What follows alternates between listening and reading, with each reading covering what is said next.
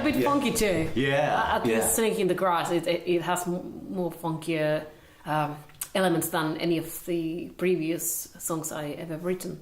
Did you deliberately... I'm going to say go back. When you say funk, I think of Sly and the Family Stone. Mm-hmm. But when you always introduce Black Ocean as a funky song, now I reviewed it and I said it's funky like Led Zeppelin were funky with Trampled Underfoot. So it's that kind of the funk for me. Probably like a rockier. Anna Popovich plays funk, but her funk is very different. It is very different. Okay, so when you say this album is funky, what do you mean? What are the reference points? I would say like there's a lot of big guitars and a lot of rhythmical changes and breaks and stops and so it's the rhythm. It's the rhythm, and there's a lot of happening in the band in there. So like in Snake in the Grass, we have a lot of stops and different kind of like chord changes combined with rhythmical elements. Do you write the riff? You write the riff. Yeah. Do you then say, okay, I can hear the stops in this, and you adapt the riff, or when do you bring the band in as well to do those arrangements on that kind of thing, working with the rhythm? Well, it's like I usually have like the whole song is kind of in my head. I got the melody, I got the harmony, and I usually have some kind of idea of what kind of style I want it to be and what kind of rhythm I want to play the song. And then we go to the rehearsal studio and then we start to play with the band, and usually I go, okay, stop guys, I have I want to do this, and can we try this? And then give me a little bit, I need to try this thing out. And for this song I kind of heard, okay, we need to make this more interesting, not just play through. And I was thinking like Eric Gales, how he can play funky and rocky stuff at the same time. It's funky because all the accents are in the right place, and the phrasing and the feeling, everything is very punchy and it's on your face, and at the same time it's very musical. So that's what I try to achieve with this track, and especially because we had Jennifer Batten featuring on this track on the album. So I thought she would be the perfect guest on this kind of song because she plays this very funky style, and I guess if you work with Michael Jackson, well, she kind of gonna have to. Yeah. That's right. And did you know her beforehand? Had you met her before and things? Or? Yeah, I met her. We were doing the same masterclass in Germany last year, and she was one of the teachers like I was, and we get to know each other there, and I saw her solo show there, and I was totally blown away because she's amazing on the guitar, and like I said, she's very funky, but at the same time she's so fast, and she does this amazing sound using the vibra and getting all this tremolo, vibrato, using that and yeah. So she was playing these great notes for Snake in the Grass. So you can really picture a snake going in the grass. I mean, the dangerous thing. So it's a lot of fun. So get her in there, get her on the album. Yeah. It's amazing. I'm very pleased with this track. Find myself some medicine and learn how to grow a skin. This time I won't let it see. Defend myself from suffering, cause it ain't nothing but just another slimy little mountain I'm looking for someone to bite. Snake in the grass, snake in the grass, snake in the grass.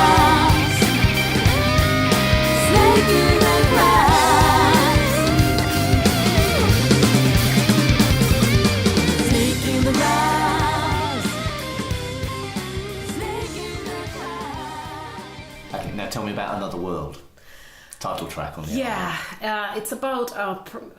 It's about parallel worlds. Yeah, better one than this. Yeah, it's like I got from the lyrics tonight. Two worlds happening at the same time. It's a love story about wanting something else that you cannot have in this ruined, dirty, dark world. And we made this music video, and we created this dystopia world. And first there's this beautiful world with roses and pure air and no pollution and no noise, and you have your loved one with you there. I had this amazing actor there working with me, and then it changes to this dystopia world where everything is dark and polluted, and there's a danger lurking everywhere. And so I think it was interesting to write this because, obviously nowadays we're talking about so much of the environment and the problems and the change of the climate change and all these things. So we've got school children out here that are marching. They're leaving school. Whoa! It was in 150 cities in this country recently, and they all leave school and they march because they say nothing's being done. The politicians aren't doing anything about climate change, and it's there. It's going to be their life. It's not going to be ours. It's going to be their life. Exactly, that's right. Yes, and in the end of this song, it's like it's as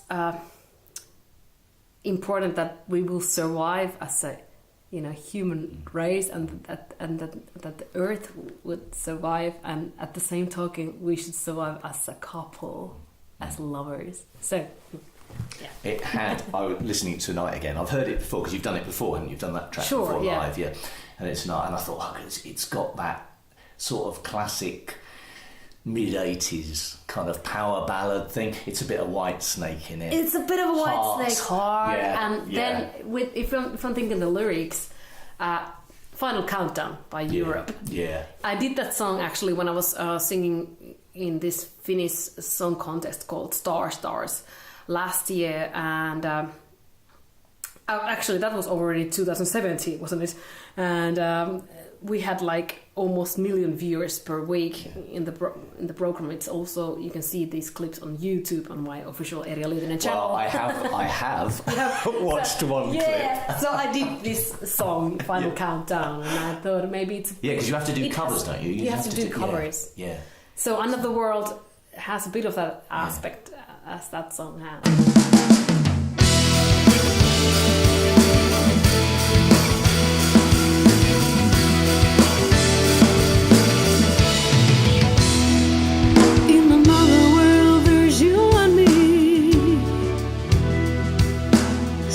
Raising a family, no machines, no noise around, just happiness and love profound. Yellow roses, rosemary. Well, I was going to say, I was manoeuvring the conversation in that direction by mentioning Heart, because you did Alone. And when I watched you doing it, I thought, you have to hit that note that Ann Wilson hits, and you got it. And I was going, please go for it. Please don't chicken out of hitting that note, because it's one of those moments, isn't it? Goosebump moments when she hits that note. And, I was watching you do it, thinking, go on, and you got it. And think about it, when you're live on TV.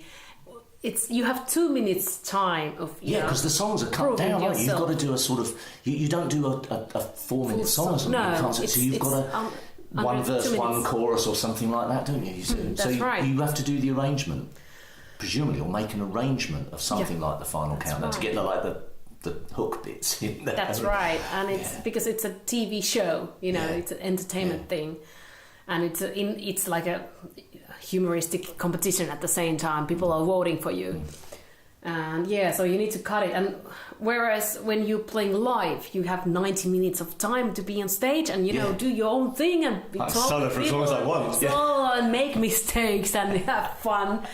But when you do the TV thing, you need to nail it right away. So it was very interesting, and I remember when I was learning the Heart song Alone, I was like, oh shit, this is one of the finest songs I know, the finest love ballads of the history of rock and roll.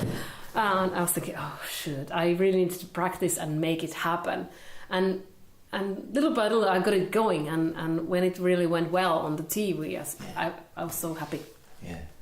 What was supporting Santana like and jamming It live with him? It was my comfort zone. It was completely different to Stars because Stars I had to do something else what I'm not really, but with Santana I got to play the stuff that Had you ever played with him before? Used to rehearsing. Yeah. I never played with Carlos before. No, this was the first time It's quite daunting, I would imagine. got on stage with him. Yeah. But this was actually the second time I supported him. Okay. But this time I got to meet him. He came to me after my show. Apparently he had watched the concert and he came to me and took my hands and said like, your playing illuminates me. And I was like, oh my God, Carlos Santana is saying these things to me. And I had a great privilege really be invited to his backstage, and we sat there on these beautiful white leather sofas talking about music, and I was just listening him playing me his upcoming songs for his upcoming album and talk about music, and I'm gonna leave the details to myself, but it's very spiritual moment to me, and I think it was unintentional from him, but it really touched me in a way that nobody ever has touched me, like mentally, and it did open a lot of windows in my head for expression, and it felt like the circle came to its full, because when I started to play the guitar age of 15, I think around when I was 16, I was listening to Santana and playing their track Samba Patti and Black Magic Woman and all those. And when I joined my parents' band, I got to play Samba Patti with them live. So it was amazing. So I understood to meet him and then play with him. Exactly. And so I understood that I actually played on top of his chords and practiced those improvisational scales, pentatonic scales, and minor Dorian scales, and all that stuff. If we could find another planet, together we could travel high.